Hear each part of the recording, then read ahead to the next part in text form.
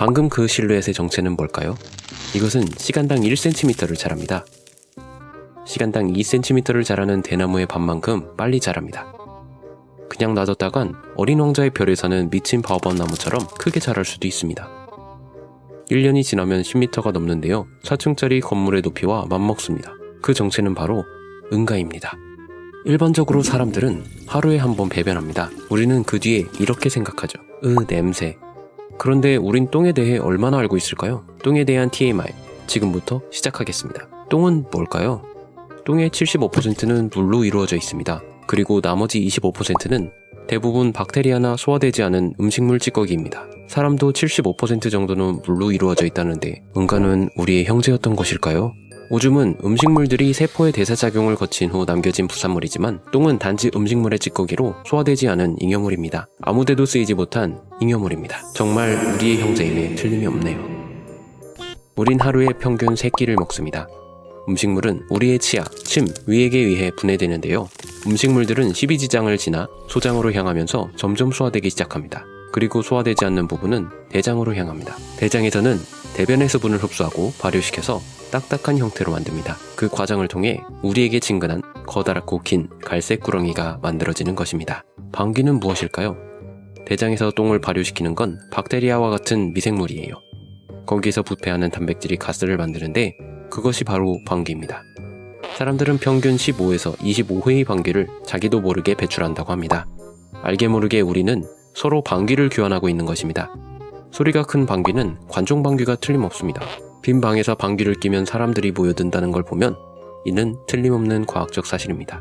방귀는 질소, 메탄, 수소, 인돌, 스카톨 등으로 이루어져 있는데 메탄과 스카톨은 방귀 냄새를 지독하게 하고 인돌은 방귀에서 장미향이 나도록 합니다.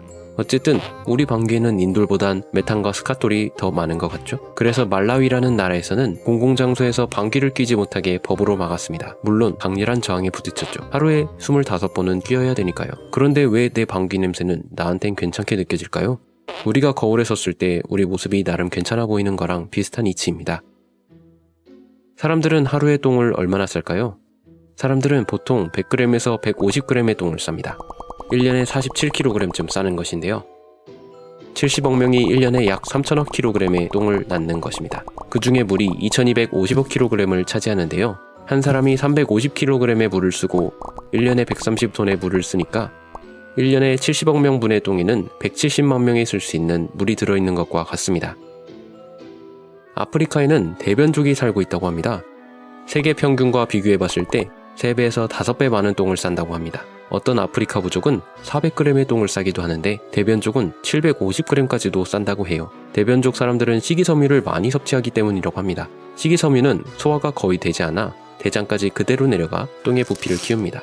풀만 먹는 코끼리가 거대한 누텔라 덩어리를 쌀 수 있는 것도 이런 이유에서입니다.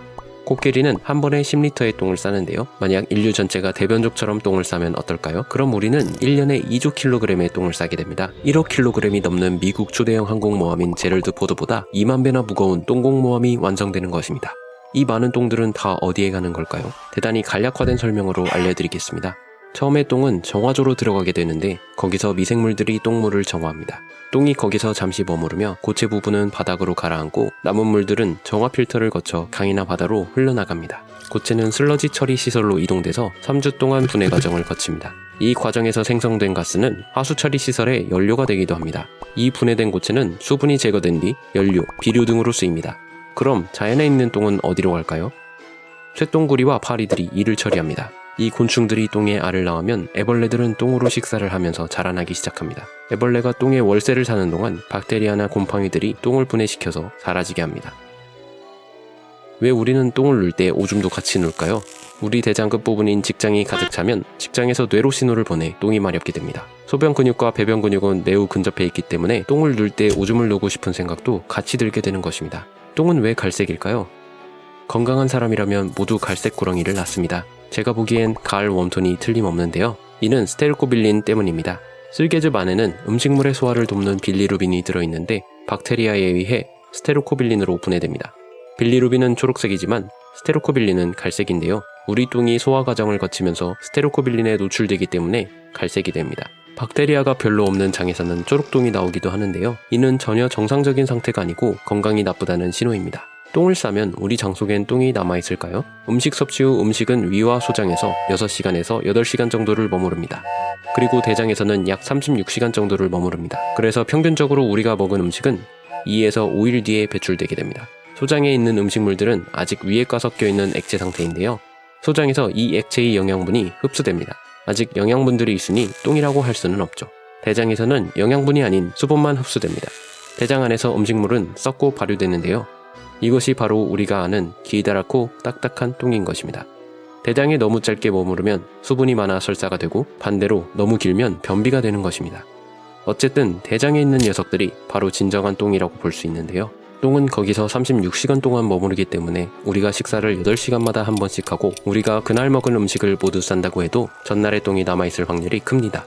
이것이 대장 내시경을 받을 때 반드시 관장을 해야 하는 이유입니다. 그렇지 않으면 어제 먹은 똥이 흘러나올 것입니다. 하루에 128g 정도의 똥이 배출되고 똥은 초당 2cm의 속도로 항문에서 탈출합니다.